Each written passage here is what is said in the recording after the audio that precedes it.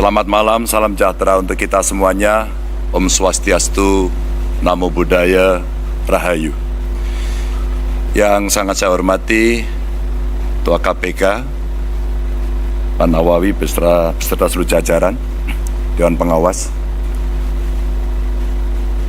para Capres, Cawapres, Pak Anies, Pak Muhaimin, Pak Prabowo, Pak Gibran. Tentu hadir di sini yang mewakili Pak Kapolri, Pak Jaksa Agung dari Bawaslu, seluruh hadirin yang sangat saya hormati, sangat saya muliakan, partai-partai pengusung yang hari ini juga ikut hadir. Suatu ketika saya bertemu dengan anak buah, pangkatnya rendah. Saya bertanya sangat simpel sekali, kenapa Anda korupsi? Disuruh, Pak. Kalau kamu disuruh, pimpinanmu minta, katakan 100. Berapa yang kamu cari? 200, Pak. Yang 100 buat siapa? Buat saya. Saya bagi kepada teman-teman. Lalu apa yang terjadi? Yang terjadi nanti akan ditiru oleh semuanya. Bapak Ibu, cerita pendek ini kemudian saya balik, saya dalami lagi, bagaimana menurut Anda kita harus mencegah korupsi? Gampang, Pak. Ada teladan atau contoh dari pimpinan tidak? Pak, kalau tidak ada, jangan mimpi tinggi-tinggi, jangan ngomong muluk-muluk. Karena itulah sebenarnya praktek yang dihadapi dalam birokrasi. Bapak Ibu sekalian, kejadian itu kira-kira di tahun 2014. Dan di tahun 2013 KPK pernah datang dalam sebuah kontestasi pilkada di Jawa Tengah. Sebuah pertanyaan disampaikan pada calon-calon kira-kira seperti ini. Suasana lebih pada dialogis. Dan pada saat itulah semua punya komitmen tinggi. Maka sebenarnya kita tunggu adalah bagaimana praktek itu berjalan. Maka Bapak Ibu yang sangat saya hormati, saya senang hari ini saya bisa bersama Pak Mahfud. Saya punya beberapa slide yang bisa saya ceritakan. Pada saat saya bertemu dengan pengusaha, awalnya terjadi cerita atau rumors bahwa ya kalau Pak Ganjar dengan Pak Mahfud jangan-jangan ini dilibas semuanya ini.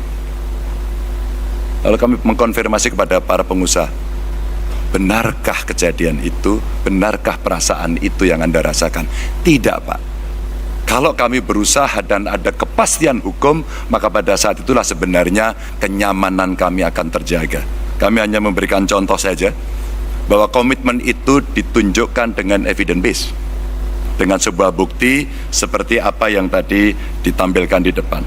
Yang berikutnya juga, bagaimana kemudian dari komitmen itu mesti kita wujudkan dalam gerak nyata. Kami sebut sebagai gaspol.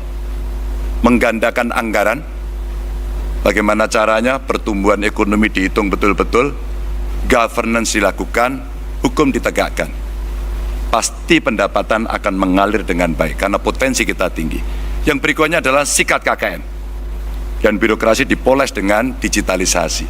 Karena kalau regulasi sudah baik, sistem kelembagaannya sudah baik, maka aktor yang mesti kita pilih juga harus baik. Maka pada tingkat berikutnya Bapak Ibu, kami punya beberapa catatan yang bisa saya sampaikan kepada Bapak Ibu sekalian. Inilah beberapa cara mencegah menurut kami. Yang pertama, digitalisasi sistem keuangan, dan dengan cara digitalisasi sebenarnya penghematan bisa dilakukan.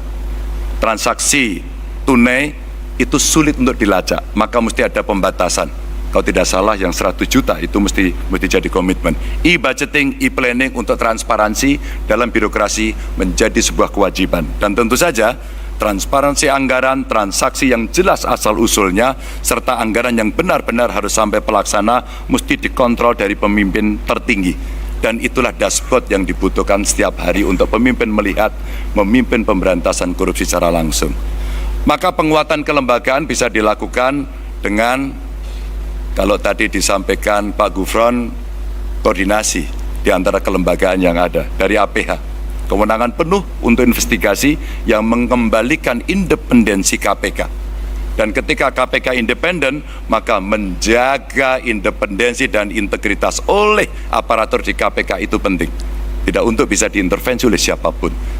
Kejaksaan, kepolisian juga bisa mendorong transparansi proses untuk masyarakat dan penegakan hukum yang bebas dari intimidasi. Dan tentu saja instrumen LHKPN. Bapak Ibu, LHKPN bukan cerita yang sulit. Kami di ruangan ini pernah bersama-sama dengan DPRD pada saat itu mendapatkan penghargaan. Karena ketika macet ternyata kuncinya gampang. Undang KPN, suruh ngisi saat itu, selesai semuanya. Dan inilah pola-pola yang kita lakukan ketika koordinasi, supervisi, dan pencegahan kita lakukan. Melibatkan pemerintah dan KPK dan dunia usaha termasuk dunia pendidikan adalah cara pencegahan yang bagus. Dan penguatan LHKPN itu didorong dengan memperkuat sistem whistleblowing dari masyarakat yang dijamin kerahasiaannya dan tentu dengan anonim dan evidence based yang memang betul-betul terjadi. Bapak Ibu, regulasi yang punya efek jera ini betul-betul mesti didorong agar konflik kepentingan bisa kita jaga untuk tidak terjadi adanya konflik itu. Dan tentu saja menegakkan kode etik, lalu mengawasi kekayaan yang tidak sesuai dengan profil tadi di LHKPN, dan meminimalisasi rangkap jabatan. Dan lalu, kalau itu tidak jera, deterrent efeknya adalah memiskinkan koruptor. Saya kira Nusa Kambangan tempat terbaik untuk itu.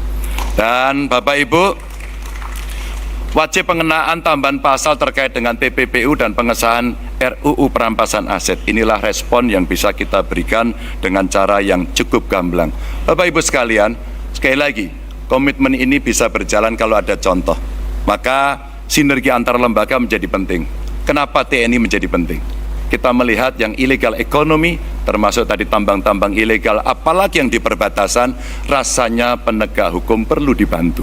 Karena situasi-situasi yang sulit, yang kadang-kadang mereka di-backup oleh kekuatan-kekuatan yang luar biasa, maka tindakan luar biasa juga harus bisa dilakukan, tanpa itu tidak akan berjalan. Peningkatan transparansi untuk penanganan kasus korupsi sehingga orang tahu sampai di mana, berjalan atau tidak, dan mempererat koordinasi antara penegak hukum yang tadi disampaikan, termasuk cross-check berkala anggaran dari seluruh lembaga yang mengelola anggaran, termasuk publikasi hasil audit lembaga. Ini untuk meningkatkan kepercayaan masyarakat. Apapun dalam pemerintahan, dalam kekuasaan, kepercayaan adalah nomor satu. Kalau tidak merosot, KPK sendiri mengakui itu. Inilah rebound yang mesti kita lakukan, karena penanganan korupsi bukan hanya tanggung jawab KPK, tapi tanggung jawab kita semua. Dan APH serta inspektorat inilah yang mesti meningkatkan surveillance kegiatan transaksi, sehingga PPATK juga menjadi kontributor yang penting, serta penekanan dan penalti anti korupsi untuk inspektorat. Bapak Ibu, cerita-cerita inilah yang kemudian bisa kita berikan untuk memberikan kepada masyarakat keyakinan apa yang mesti kita kerjakan agar kita bisa melakukan itu dengan baik. Dan itulah nilai yang mesti kita dorong. Kita taat pada Tuhan, kita patuh pada hukum, dan kita setia pada rakyat. Terima kasih. Wassalamualaikum warahmatullahi wabarakatuh.